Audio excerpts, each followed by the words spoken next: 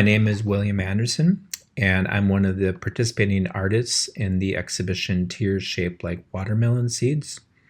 If I have to sum up what's happening in Palestine, of course, it's a genocide.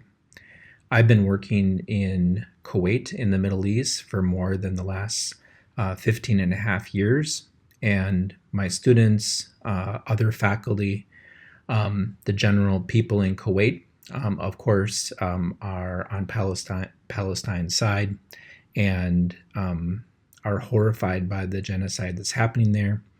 I was actually able to help a number of my students put together some exhibitions where all of the sale of the work went to help fund humanitarian aid in Palestine. And this exhibition I feel very lucky to be part of, where I can donate some of my own work. 100% of the sale of the work will go to humanitarian relief efforts in Palestine. All of my work in this show, because it was made in Kuwait, relates directly to the Arab world and trying to understand the Arab world from someone that's been born and raised in Wisconsin in the US, had very little contact with the Arab world, although I had spent a number of years in Taiwan and China. After 9/11, one of the main reasons for me to go to the Arab world was sort of to try to better understand what's happening there, the culture, the language, the people. And my work, of course, has been very influenced by East Asian, but also Middle Eastern design, calligraphy, aesthetics, etc. In fact, all the work in this show and much of my work has been influenced by the whole tradition of blue and white ceramics. And of course, initially I became interested in that because it was a large part of my mother and my grandmother's collection. They always had blue and white ceramics, and you can see it in a very much part of American and Western aesthetics.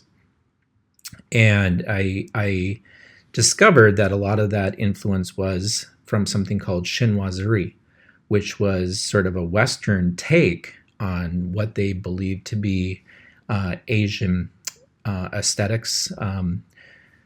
Not only porcelain, but wallpaper, furniture design, etc. Very popular in the 17th, 18th century. And moving to the Middle East, I even became more interested in the history of chinoiserie because I found that the blue and white design was not actually a native Chinese aesthetic, but it was actually made for export to the Middle East. Some of the very first blue and white ceramics were found on a shipwreck near Singapore, and I was lucky enough to go there and visit this museum. And what's interesting is that these works were made in China, and these are the earliest complete blue and white ceramic dishes. There's a few other shards that have been found in China, but these are the earliest ones, 9th century.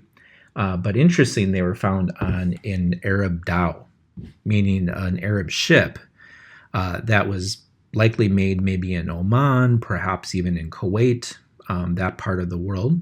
So we know that, and we don't find other complete dishes in China from that early of a period. It only became popular later in the Yuan, Ming, Qing dynasty. So they were being made initially to export to the Middle East. So I've used that sort of aesthetic in much of my work to talk about globalization. And I think there's a real link between early globalization and what is happening now. And all of the work that I have for this show directly ties to globalization, and more specifically to sort of Western hegemony. Although it might look like my work is mostly influenced by East Asian and Middle Eastern design, they all have references to Western hegemony. Some of the first pieces that I have that I'll talk about are called Notes from Arabia. And these were pieces that were done for the 50th anniversary of the independence of Kuwait, and even looking into the creation of the state of Kuwait, of course, directly ties into, again, Western hegemony. Much of the Middle East was sort of divided up into different nations, not necessarily having to do with what was happening in the Arab world, but more what Western nations desired and wanted, splitting up different powers, breaking apart different people. And I think this has a huge consequence in what's happening in the Middle East today. So the first piece, Notes from Arabia, the delegation, shows a number of important Arab leaders as the Middle East was being divided up by the Western powers. And we can see that right with one of the individuals in the photo that I used for this artwork, Thomas Edward Lawrence, better known in the West as Lawrence of Arabia, from the famous movie. And just coincidentally, when I first arrived in Kuwait and I turned on the TV, that was the actual movie that was playing at the time. He was a British archaeologist, army officer, diplomat, and writer, very much involved with the Arab revolt against the Ottoman Empire. And Kuwait specifically chose to become a British protectorate as opposing the Ottoman Empire. But then eventually, after World War II, became an independent nation. So these works were made talking about the history of the Arab world and how it came to be, someplace like Kuwait came to be. And of course, there is a lot of influence from, different designs. I had gone to China and made a number of porcelain pieces. This is a digitized version of some of the ceramic work that I had been working on, influencing from different places around the globe. Another piece that I have in this exhibition is Notes from Arabia, True Faith. And it specifically shows, these beautiful Arabic and East Asian designs, but then it has an oil towers repeated in the design, talking about, of course, the West's reliance on the Middle East for commodities like oil, and showing the ties that bind the world together for good and bad. Other works that I have in the show were when I first came to Kuwait and I was trying to understand the culture, the people, and I specifically started interviewing our students. Myself and another Iranian artist, professor at the university where I'm teaching, did a collaborative piece talking about different issues relating specifically to women. Most of the students at my school, especially in art and graphic design, are young women.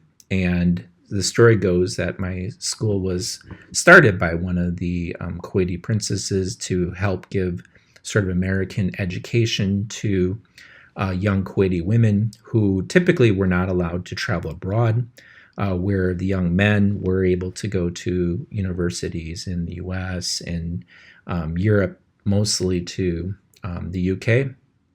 The women had to stay at home. So it was initially started to give sort of American education to these women. And we were interviewing many of our students to find out who they were, how they identified themselves.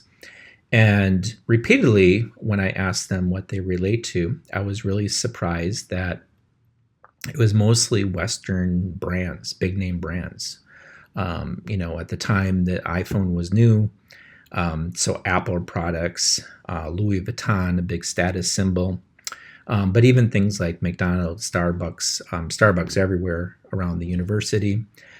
So I started making portraits of my students in blue and white, and covered in sort of beautiful calligraphy that I was, practicing and working at the time, and I made it into seeming like almost like religiously inspired designs, and I think someone that cannot read Arabic would see the designs, and that was what they would assume, that there's some sort of religious text.